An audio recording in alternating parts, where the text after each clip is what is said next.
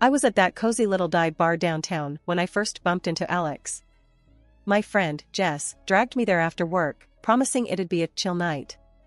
Little did I know, it would change everything. "Come on, Tasha, it'll be fun.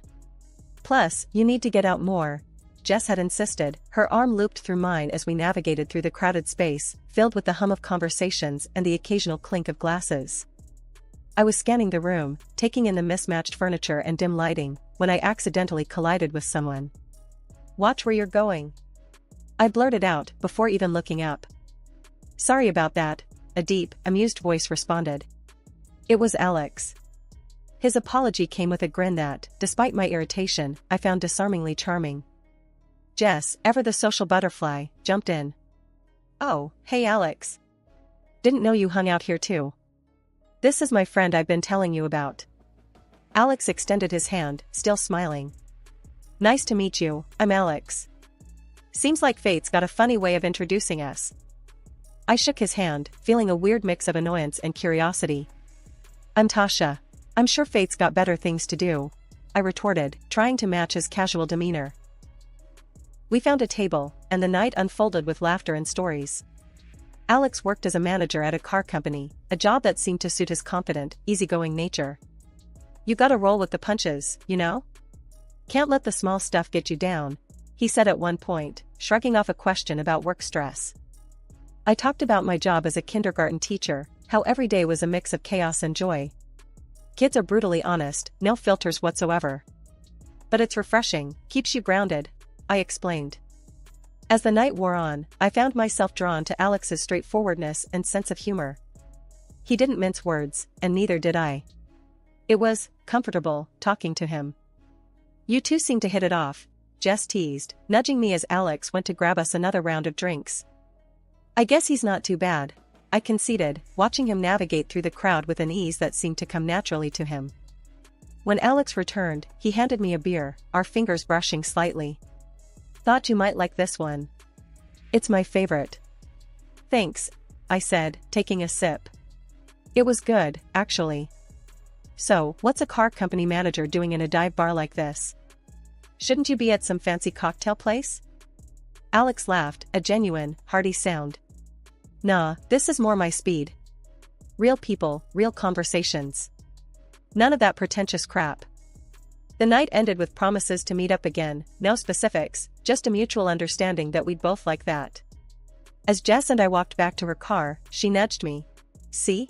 I told you it'd be fun." And we didn't disappoint her by getting married 6 months later.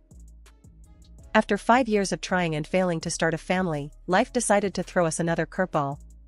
My father-in-law, the one person in Alex's family who'd always been kind to me, passed away. That left Eleanor, my mother-in-law, all alone in that big, creaky mansion of hers. Alex thought it'd be a good idea to move in with her. "It's the right thing to do," he'd said one night, trying to sound convincing. "She's all alone now, and we can save some money on rent." I wasn't buying it. "Live with Eleanor? Are you out of your mind? She's made it pretty clear she can't stand me," I shot back, frustration boiling over. Our apartment might have been cramped, but it was our space, free from judgmental glares and snide remarks about my inability to conceive. Alex sighed, running his hands through his hair. "I know it's not ideal, but she's my mom, and she needs us. Plus, we're barely scraping by as it is." I knew he was right about the money, but the thought of facing Eleanor's cold shoulder every day was like agreeing to live in a lion's den.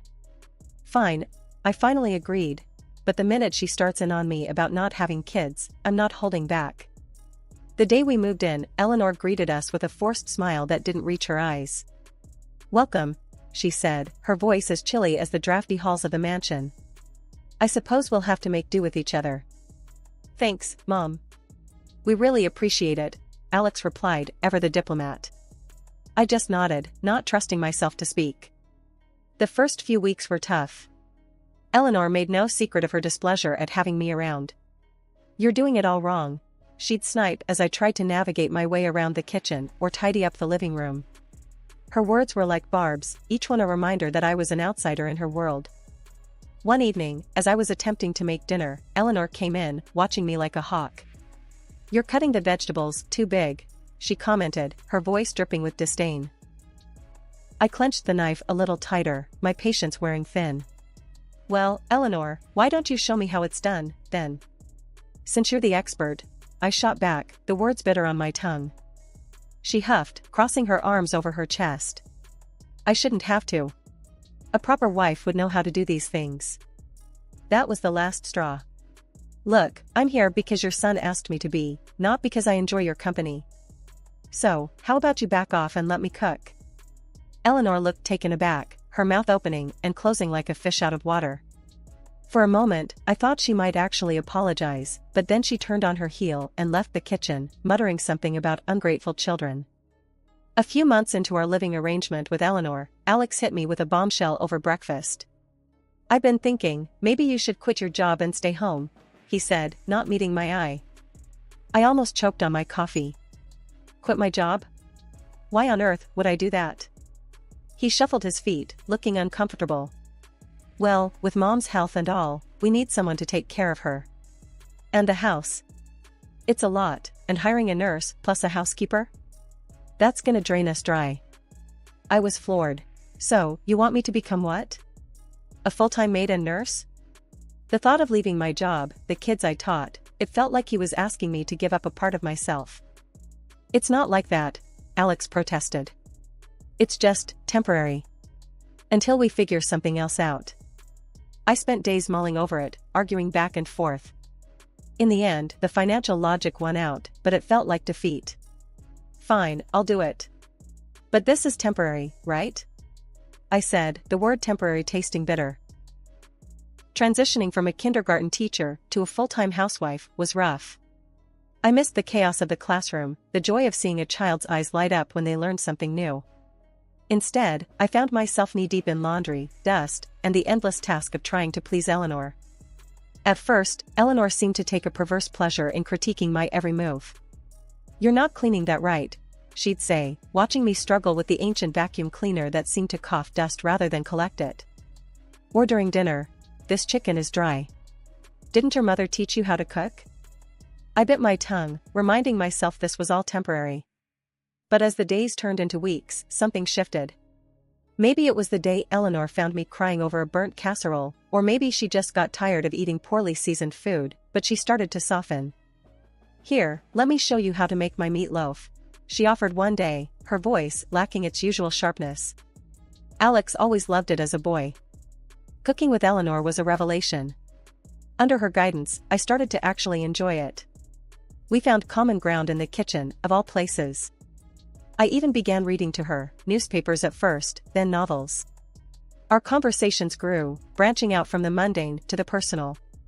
I learned about Alex as a child, about my father-in-law, about the history of the family I'd married into. I thought Alex would be pleased to see his mother and me getting along. Instead, he seemed more distant. That's great, he'd say, barely looking up from his phone when I told him about Eleanor's stories from his childhood, or the new recipe we'd mastered together. It was like he was there, but not really. Don't you care that your mom and I are finally getting along? I asked him one night, frustration boiling over. He looked up, surprised. Of course, I do. It's just, work's been crazy. You know how it is. But I didn't, not really. Our worlds were drifting apart, him with his late nights, and me with my days filled with cleaning, cooking, and caring for Eleanor. His detachment stung, a reminder of the gap that had opened up between us, a gap that no amount of housework or caregiving seemed able to bridge.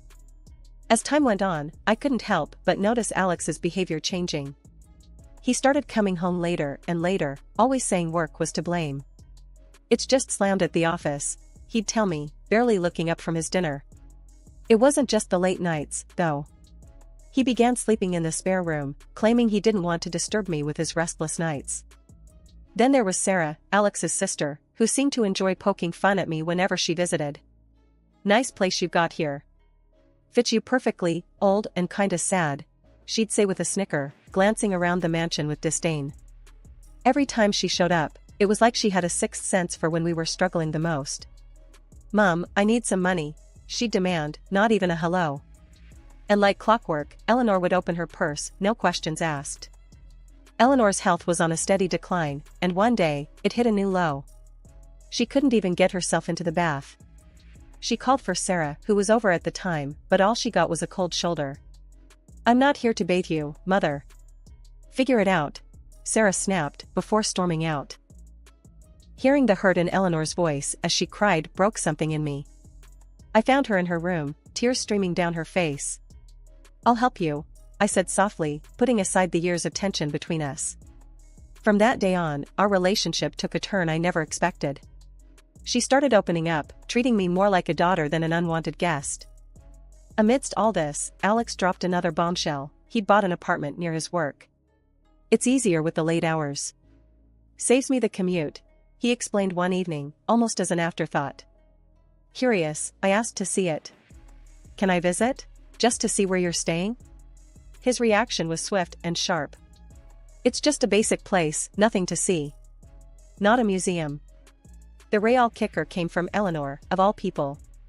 One quiet afternoon, she pulled me aside, her voice barely above a whisper. "He bought that apartment with my money. Put it in my name, too. Even the utility bills come out of my account." I was stunned. How had things gotten to this point? The man I gave up my career for was leading a double life funded by his mother.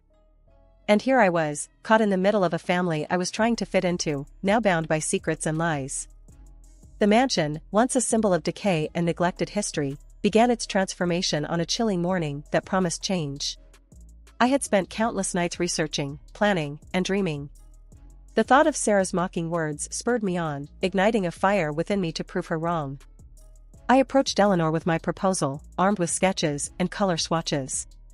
"Eleanor, I've been thinking," I started, hesitating only for a moment. "The house, it's beautiful, but it could use some love. What do you say we give it a bit of a facelift?" Eleanor peered at me over her reading glasses, the corners of her mouth twitching. "You want to fix up this old place?" she asked, skepticism woven through her words. "Yes, I think it could really brighten things up. Make it feel more like a home again," I replied, my voice steadier than I felt. To my surprise, Eleanor warmed to the idea. "Well, I suppose it wouldn't hurt to freshen things up a bit. Lord knows it's been ages since anything new happened around here." Encouraged by her agreement, I threw myself into the work. The days blurred into a symphony of paint splatters, wallpaper glue, and the screech of sandpaper against wood. Eleanor would often sit by, watching as I transformed her home, piece by piece. Sometimes, she'd even offer a tip or two, her tone softer, almost nostalgic. Back in my day, we would have chosen a more subdued color. "But I must admit, this brightness brings a certain life to the room," Eleanor commented one afternoon as I stepped back to admire the newly painted living room walls. Eleanor couldn't hide her delight. She started inviting her old friends over, showing off the renovations with a pride I hadn't seen in her before. "Look what my daughter has done," she'd boast, her arm around me. It was the first time she'd ever referred to me that way in public, and it warmed my heart. Alex, however, was less than pleased. On one of his rare visits from his apartment, he walked around the house with a frown, inspecting my handiwork like a disapproving inspector. "What have you done to my house?" he finally exploded, anger in his voice. "You think you can just take over?" Before I could respond, Eleanor intervened. "This is still my house, and I say it's never looked better. She's done what none of us bothered to do for years," she declared, her voice sharp, leaving no room for argument. Alex's anger faltered under his mother's gaze, and without another word, he turned and left, the echo of his departure hanging heavy in the air. In the silence that followed, Eleanor turned to me, her expression softening. "Don't mind him. He doesn't understand. But I do. Thank you." The mansion's transformation was more than just a change of scenery, it was a rebirth, for the house and for us. In repairing its walls, I had somehow begun to mend the fabric of our family, weaving Eleanor and me closer together. The day Eleanor fell ill, everything changed. The doctor said it was a stroke, and suddenly, the mansion felt more like a tomb than a home. I was there, every day, at the hospital, holding her hand, talking to her even when she couldn't respond. Alex? Sarah? They were nowhere to be seen. It was as if they couldn't be bothered, their own mother lying there, a shadow of her former self. When Eleanor finally came home, it was a bittersweet victory. She was bedridden, a mere whisper of the formidable woman she once was. That's when Alex and Sarah decided to show up, not out of concern, but greed. I overheard them one day, in the drawing room, voices low but greedy. "The house should go to me," Alex was saying. "I'm the eldest. It only makes sense." Sarah snorted. "You think I'm just going to step aside?" "She promised me the jewelry, the antiques. I've got plans for those." Their mother, their own flesh and blood, was lying helpless, not 10 feet away, and here they were, divvying up her possessions like vultures circling a carcass. Fury boiled inside me. I stormed into the room, unable to hold back. "How dare you? She's still here, still fighting, and this is how you honor her? By fighting over her things like she's already gone?" They turned to me, surprise and irritation flashing in their eyes. "This is family business," Alex snapped. "Stay out of it." Sarah just sneered. "What would you know about it? You're just the help." But I wasn't just the help. I was the one who stayed by Eleanor's side, the one who cared. So, I did what they couldn't. I took care of her, day and night. I learned how to do the exercises the physiotherapist recommended, gently coaxing her limbs to move. I massaged her stiff muscles, encouraging circulation, whispering encouragement as if my words could heal. And slowly, miraculously, Eleanor began to improve. First, it was a flicker of movement, then a mumbled word. Days turned into weeks, and she started eating on her own, taking shaky steps around her room. Alex and Sarah couldn't hide their disappointment, their greedy plans crumbling as Eleanor regained her strength. "I don't understand," Alex muttered one day, watching his mother navigate the hallway with her walker. "I thought the doctors said." "They underestimated her," I cut in, not bothering to hide my disdain. "Seems like you did, too." Eleanor, for her part, seemed to thrive on proving them wrong. With every step, every word, she reclaimed a piece of herself that had been lost to the stroke.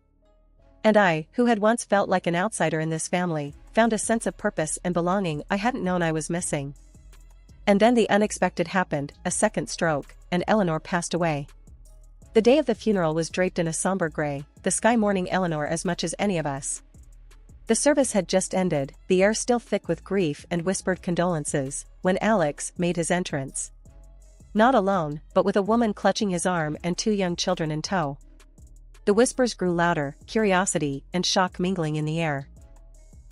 "This is Marissa, my wife, and these are our kids," Alex introduced them, his voice devoid of the hesitation I'd expected. My world, already unsteady from loss, seemed to tilt further. "Your wife?" I echoed, the words bitter on my tongue. "And you think you can just waltz back here and take over?" Alex's gaze was defiant. "This is my family's home. We belong here." Sarah's laughter cut through the tension. "Looks like you're out, dear. Mum's money, the house, it's all going to be properly managed now." Their audacity left me reeling, but I was spared from responding by the arrival of the notary, a briefcase in hand. "If I may, it's time to read Eleanor's will." We gathered in the living room, the very heart of the mansion Eleanor had loved so dearly. The air was thick with anticipation and, on my part, a sliver of hope. Alex and Sarah were smirking, confident in their victory, until the notary's words shattered their expectations. "To my daughter-in-law, who has shown me more kindness and love than I could have ever expected, I leave my entire estate, including the mansion and all financial assets." The room went silent. Alex's face turned a shade of red I hadn't seen before, while Sarah's mouth hung open in disbelief. "This can't be right," Alex exploded. "She's manipulated everything." Sarah chimed in, her voice shrill. "You're nothing but a con artist." The notary, unfazed, pressed a button on a small device he'd pulled from his briefcase. Eleanor's voice filled the room, her image appearing on a screen. "I've made my decision with a clear mind," she said, looking directly into the camera. "My son and daughter have been absent, concerned more with what they could inherit than with me. But she has been by my side, caring, loving. She is my family." The video left Alex and Sarah speechless, their accusations dying on their lips. The revelation of Eleanor's true feelings, her acknowledgement of my loyalty and care, was a vindication I hadn't known I needed. Alex, defeated and angry, stormed out, Marissa and the children trailing behind him. Sarah, her dreams of wealth evaporated, slinked away without another word. The mansion, once a battleground of wills and familial duty, was now truly mine. But it felt hollow without Eleanor. I wandered its halls, her words echoing in my heart. She is my family. Starting fresh, right after the will reading that flipped my world upside down, I didn't waste any time. I filed for divorce from Alex faster than you'd believe. It was clear as day that whatever we had was buried under lies and betrayal. Plus, with the mansion and that apartment now legally mine, I had the grounds to kick him out. You need to leave, I told him, my voice firm, leaving no room for argument. The apartment, it's mine now. You and your new family need to find somewhere else. Alex tried to argue, his face red with anger and frustration. You can't just throw us out. Where are we supposed to go? That's not my problem anymore. You made your choices, Alex. I shot back, tired of his excuses, tired of the drama. He left, cursing under his breath, and that was that.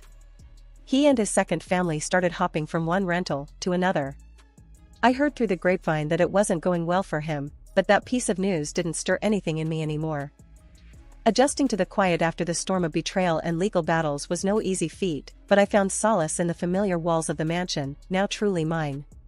It was during one of these quiet afternoons, as I was enjoying a rare moment of peace in the garden, that Sarah showed up, looking more worn down than I'd ever seen her.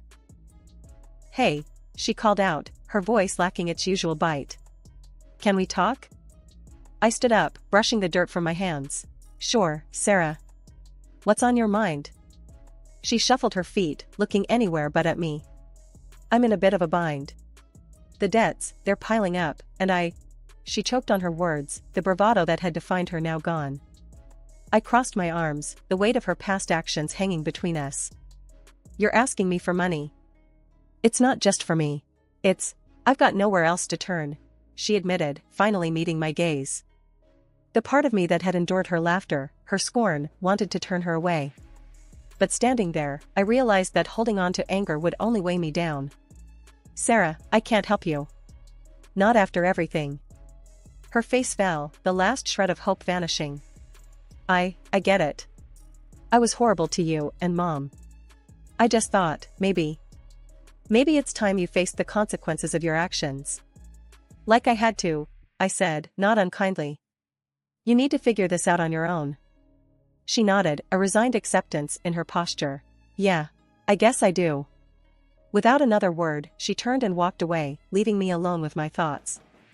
In the weeks that followed, I threw myself into my work, reconnecting with friends and slowly rebuilding the life that had been upended. The mansion, once a battleground of familial strife, began to feel like a home again. I found joy in small things, like the way the morning light filtered through the windows or the laughter of friends gathered in the newly renovated kitchen. Alex and his new family, Sarah and her debts, became distant echoes of a life I had once been a part of. In letting go, I found peace and a sense of freedom I hadn't known I was missing.